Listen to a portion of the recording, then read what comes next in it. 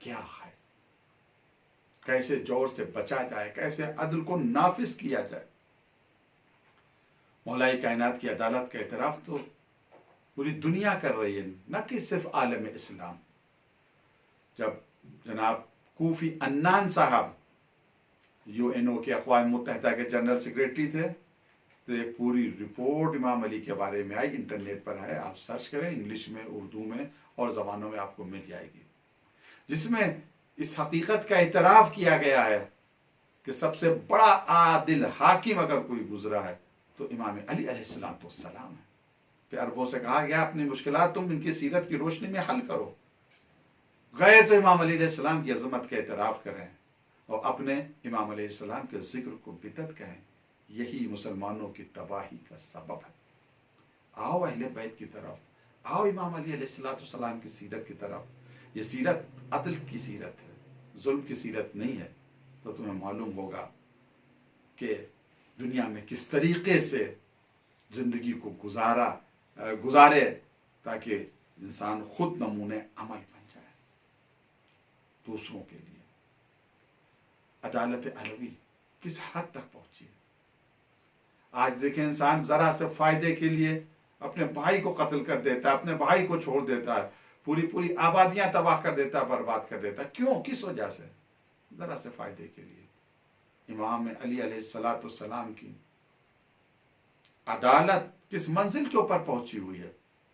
آپ فرماتے نہج البلاغہ میں، واللہ خدا کی قسم لعوتیت اقالیم السبع بما تحت افلاکہا، خدا کی قسم اگر یہ 7 اقالیم ہمیں دے دی جائیں افلاک کے نیچے کی، یعنی پوری دنیا کی حکومت اگر ہمیں دے دی جائے، اللہ ان آتی اللہ فی نملۃ اسلبھا جلبہ شہیرہ، اور ہم سے کہا جائے معصیت کرو، ظلم کرو اس چیٹی کے اوپر، ظلمن وہ بھوسی جو چیٹی کے منہ میں اس سے لے لو، تو علی ساری دنیا کی حکومت کو ٹھکرا دے گا مگر اس چیٹی کے اوپر بھی ظلم نہیں کرے گا۔ یہ ہے مولا کائنات کی عدالت، اور انہی کے راستے پر جو چلے گا اسی کو معلوم ہوگا کہ حقیقت عدالت کیا ہے۔ حق عدالت وہی ادا کر سکتا ہے، اور جو امام علی علیہ السلام کی راہ پر نہیں، وہ حق عدالت ادا ہی نہیں کر سکتا، حقیقت میں وہ عدالت کو پہچان ہی نہیں سکتا۔ عدل یہ فوجی ہے، سپاہی ہے، عقل کا، جتنا زیادہ انسان عادل ہوگا سمجھے اتنا ہی زیادہ اس کی عقل مضبوط ہے۔ اسی وجہ سے وہ جو عقل کل ہے، جب اس کی حکومت دنیا میں آئے گی تو کیا ہے اس کے لیے ملا؟ کیا آیا حدیثوں میں؟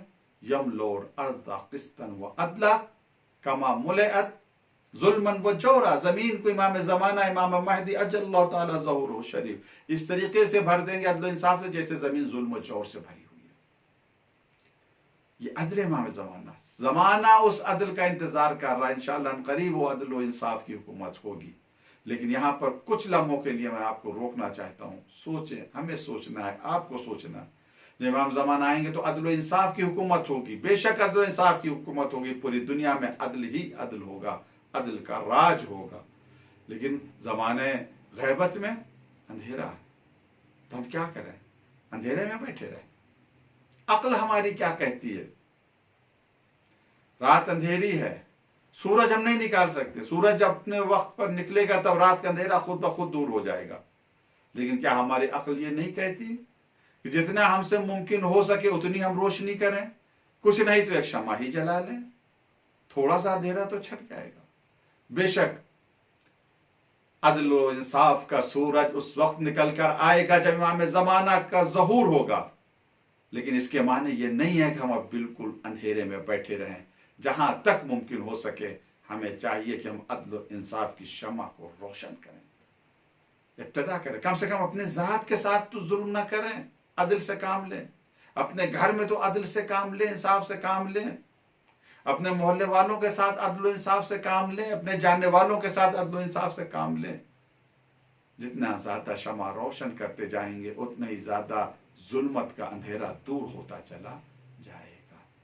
یہ عدل، اس کی ضد جور ہے، ظلم ہے، اور یہ لشکر ہے شیطان کا، لشکر ہے جہل کا۔ عدل انسان کرے، ظلم سے انسان دور ہو۔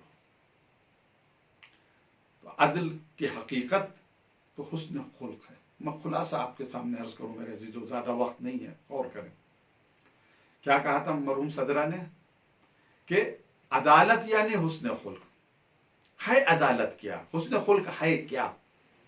پورا نچوڑ میں اپنے گفتگو کا عرض کر رہا ہوں ایک جملے میں، قرآن مجید کی ایک آیت کے سہارے یا کہ آیت کی روشنی میں۔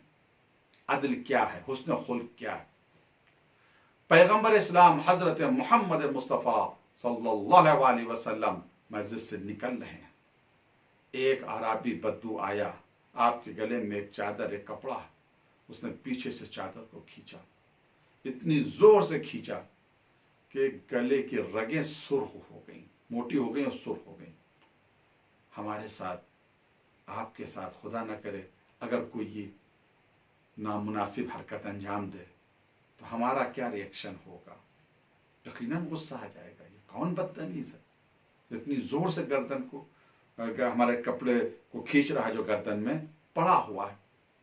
غصہ آنا فطری شے ہے، تقاضا ہے، نیچر کا تقاضا ہے۔ لیکن پیغمبر کو غصہ نہیں آیا۔ آپ نے جب اس کی طرف دیکھا، اچھا اس نے کہا کیا؟ مانگا پیغمبر سے، اور کس طریقے سے مانگا؟ نام لے کر کہا کہ بیت المال کا تم نے مال تقسیم کر دیا، مجھے نہیں دیا۔ عدل سے کام لو، پیغمبر سے کہہ رہا ہے، اس طرح کی گفتگو کر رہا ہے۔ اور کوئی ہوتا تو غصے سے دیکھتا، مگر پیغمبر صلی اللہ علیہ وسلم، ہماری جانیں قربان ہو سیرت پیغمبر پر، آپ نے اس کی طرف دیکھا تو مسکرا کر دیکھا۔ جب مسکرا کر دیکھا تو فوراً یہ آیت نازل ہوئی، جناب جبرائیل لے کر آئے، انکا لعلی خلق عظیم، میرے حبیب آپ اخلاق کے عظیم درجے پر فائز ہیں۔ کسے کہتے ہیں خلق عظیم؟ یعنی برداشت کرنا۔ اس نے کھینچا چادر کو، غصہ آنا چاہیے، پیغمبر نے برداشت کیا۔ عدل یعنی برداشت کرنا، حسن خلق یعنی برداشت کرنا۔ جو جتنا زیادہ برداشت کرے گا اتنا ہی زیادہ عدل اس کے اندر آئے گا، اتنا ہی زیادہ اس کا اخلاق اچھا سے اچھا ہوتا چلا جائے گا۔ اور جس کا جتنا زیادہ اخلاق اچھا ہوگا، جس کے اندر جتنا زیادہ عدل ہوگا، پروردگار اس سے اتنا ہی زیادہ محبت کرے گا۔ اب آئیے چھٹے فوجی کی طرف چلیں، سپاہی، چھٹا سپاہی۔ عقل کا کیا ہے؟ وہ ہے رضا، وضدہ سخط، اور اس کی ضد یعنی اپوزٹ وہ سخط ہے، یعنی ناراضگی۔ رضا یعنی راضی رہنا۔ جو لوگ راضی رہتے ہیں، اس کا مقصد یہ ہے کہ عقل کو انہوں نے ایک فوجی دے دیا، ایک سپاہی دے دیا، اب عقل اور طاقتور ہو گئی اور مضبوط ہو گئی۔ اور جو لوگ ناراض رہتے ہیں، اللہ سے راضی نہیں ہوتے، ناراض ہوتے ہیں، اس کا مقصد انہوں نے اپنے جہل کو یعنی ابلیسیت کو، شیطانیت کو، خواہشات کو ایک فوجی دے دیا، اب وہ مضبوط ہو جائے گا۔ یہ رضا کیا ہے؟ امام علی علیہ السلام فرماتے ہیں، یہ حدیثیں آئی ہیں کتابوں میں، مولا صالح مازندرانی نے جو شرح کی ہے اس میں حدیثیں نقل کی ہیں۔ کچھ حدیثوں کو امام خمینی رضوان اللہ تعالی علیہ نے اس کتاب میں ذکر کیا ہے، جو اس حدیث کی شرح میں آپ نے لکھی ہے، شرح حدیث ہے جنود عقل والجہل۔ امام علی کیا فرماتے ہیں؟ نعم القرین الرضا بقضاء اللہ، بہترین ساتھی، بہترین دوست، بہترین ساتھی کون؟ رضا ہے، راضی رہنا۔ کس پر؟ بقضاء اللہ، اللہ کے فیصلے پر، جو اس کی قضاء و قدر ہے، جو اللہ کا فیصلہ اس پہ راضی کر کوئی ہو جائے تو یہ رضا خود بہترین ساتھی ہے۔ ابن عباس نے پیغمبر اسلام صلی اللہ علیہ وسلم سے روایت نقل فرمائی ہے کہ آپ فرماتے ہیں، او اللہ الی موسیٰ، پروردگار نے وحی فرمائی جناب موسیٰ پر صلوات اللہ علیہ، انکا لن تتقرب الی بشیء احب الی من الرضا بقضائی، تم ہمارے قریب نہیں آ سکتے ہو، ہرگز نہیں آ سکتے ہو، ہمارے نزدیک نہیں آ سکتے، یعنی تمام عبادتیں قربتاً الی اللہ ہیں۔ نماز قربتاً الی اللہ، روزہ قربتاً الی اللہ۔ اللہ کیا کہہ رہے ہیں؟ کون سی ایسی عبادت ہے جس سے تم میرے قریب زیادہ آ سکتے ہو، بہت میرے قریب آ سکتے ہو؟ وہ اس عبادت کا نام، اس صفت کا نام رضا ہے۔ لن تتقرب الیہ، میرے قریب نہیں آ سکتے، بے شک احب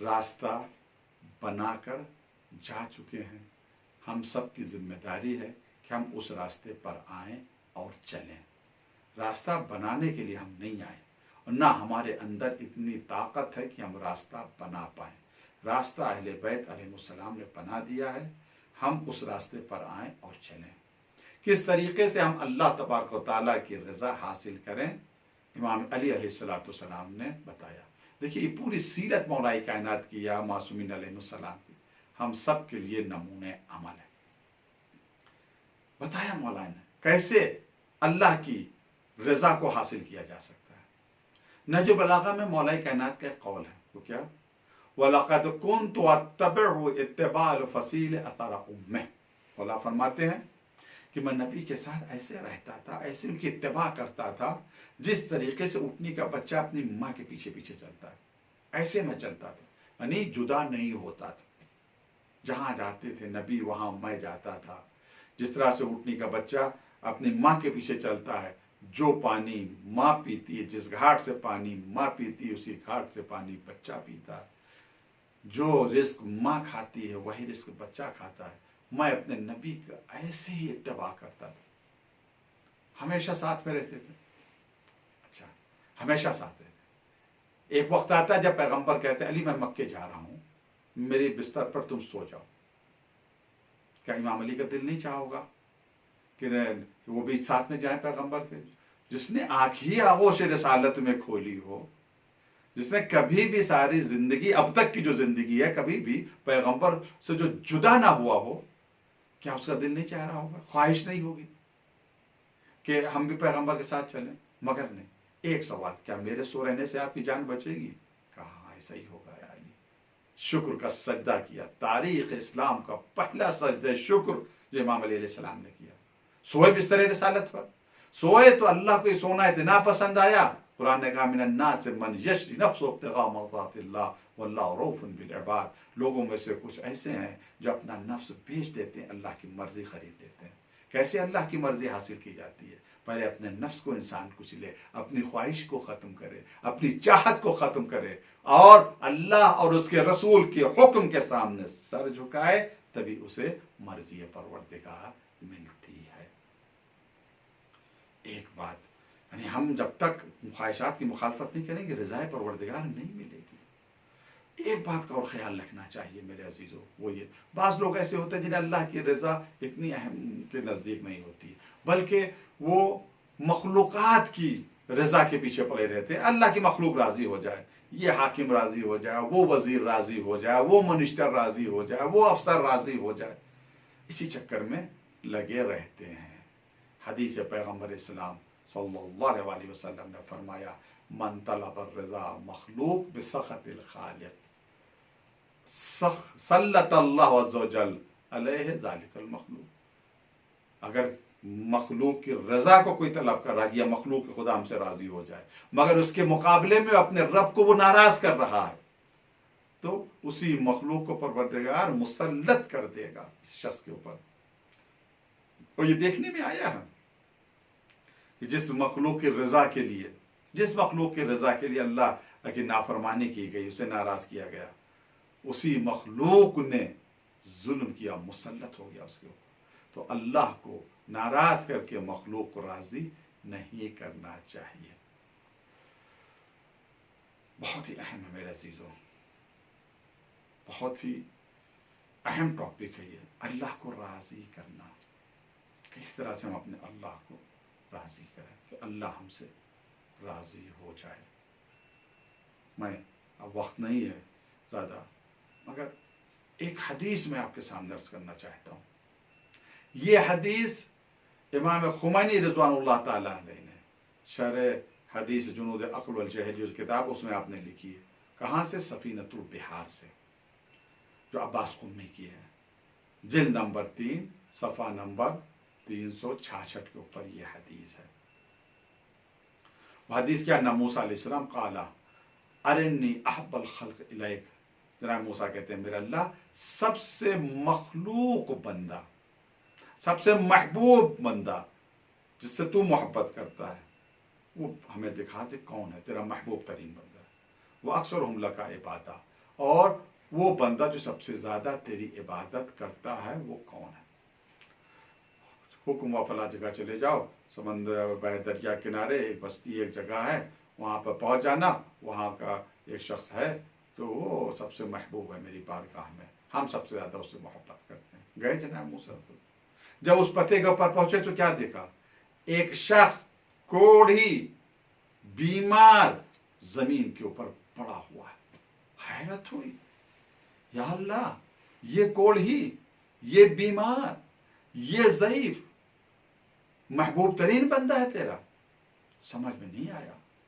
جناب موسیٰ جناب جبرائیل سے کہا، جبرائیل ہم تو ان کو اس حالت میں دیکھنا چاہتے تھے، حالت نماز میں، نمازی کی حالت میں، روزے دار کی حالت میں، اس کی کیا حالت ہے؟ جناب جبرائیل کہتے ہیں، اے اللہ کے نبی، نمازی اور روزے دار سے کہیں زیادہ یہ افضل ہے۔ ہاں کیسے کہا؟ آپ دیکھیے، ابھی میں اسے حکم دے رہا ہوں، وقت امر تو بے اظہاب کریمتے ہے، دیکھیے ابھی میں اس کی آنکھیں جو ہے نکال رہا ہوں، دیکھیے کیا یہ کہے گا۔ فسمع ما یقول، پھر آپ سنیے گا یہ کیا کہہ رہا ہے۔ فاشار جبرائیل الی عینیہ، جناب جبرائیل نے اس کی آنکھوں کی طرف اشارہ کیا۔ فسالتا، آنکھیں دونوں علی خدہ، دونوں گالوں کے اوپر آ گئی۔ اور کوئی ہوتا تڑپتا، چیختا، چلاتا۔ فقال، تو اس شخص نے کہا، متعتنی بہما حیث شئت، اے میرے اللہ جب تک چاہا اس وقت تک میں نے اس سے فائدہ کیا، تو نے مجھے بنا اس طرح سے خلق کیا کہ جب تک تیری مرضی رہی اس وقت تک جو ہم نے اس سے فائدہ کیا، اب جب تیری مرضی ہے کہ میرے پاس نہ ہو تو نے لے لیا، دونوں حال پر تیرا شکر ہے اے میرے اللہ۔ پھر اس کے بعد ایک جملہ ہے، انہوں نے جناب یہ کہتے ہیں جو جناب موسیٰ نے سنا، عجیب جملہ تھا، سلبتنی ایّا حیث شئت وابقیت لی فیک طول الامل یا بار یا وصول، اے نیکی کرنے والے، اے صلح کرنے والے، یعنی آنکھیں نکل کر گار پہ آ گئی ہیں، یہ اللہ سے اس طرح سے اللہ کو پکارا، اے نیکی کرنے والے۔ جناب موسیٰ اس سے کہتے ہیں، اے اللہ کے بندے، میں مجیب الدعوات ہوں، اللہ میری دعا قبول کر لیتا ہے، بتاؤ میں تمہارے لیے کیا دعا کروں؟ اللہ ہماری ہر دعا کو قبول کرتا، بتاؤ میں کیا دعا کروں؟ اور کوئی ہوتا تو کہہ دیتا کہ یہ دعا کرو کہ ہماری بیماری دور ہو جائے، ہمیں دولت مل جائے، مگر اس نے کیا کہا؟ اس نے کہا کہ بس جس حالت میں اللہ رکھے وہ حالت ہمیں محبوب ہے، جس حالت میں اللہ رکھے وہ حالت ہمیں محبوب ہے، ہمیں دعاؤں کی ضرورت نہیں، اپنے اختیار کی ضرورت نہیں، جس حالت میں اللہ رکھے۔ تو جناب موسیٰ کہتے ہیں میں نے جملہ تمہارے منہ سے سنا کہ جب تمہاری آنکھیں گال کے اوپر آئیں تم نے کہا یا بار یا وصول، یہ بر کیا ہے، یہ صلہ کیا ہے جو تم تک پہنچا، کون سی نیکی تم تک پہنچ گئی؟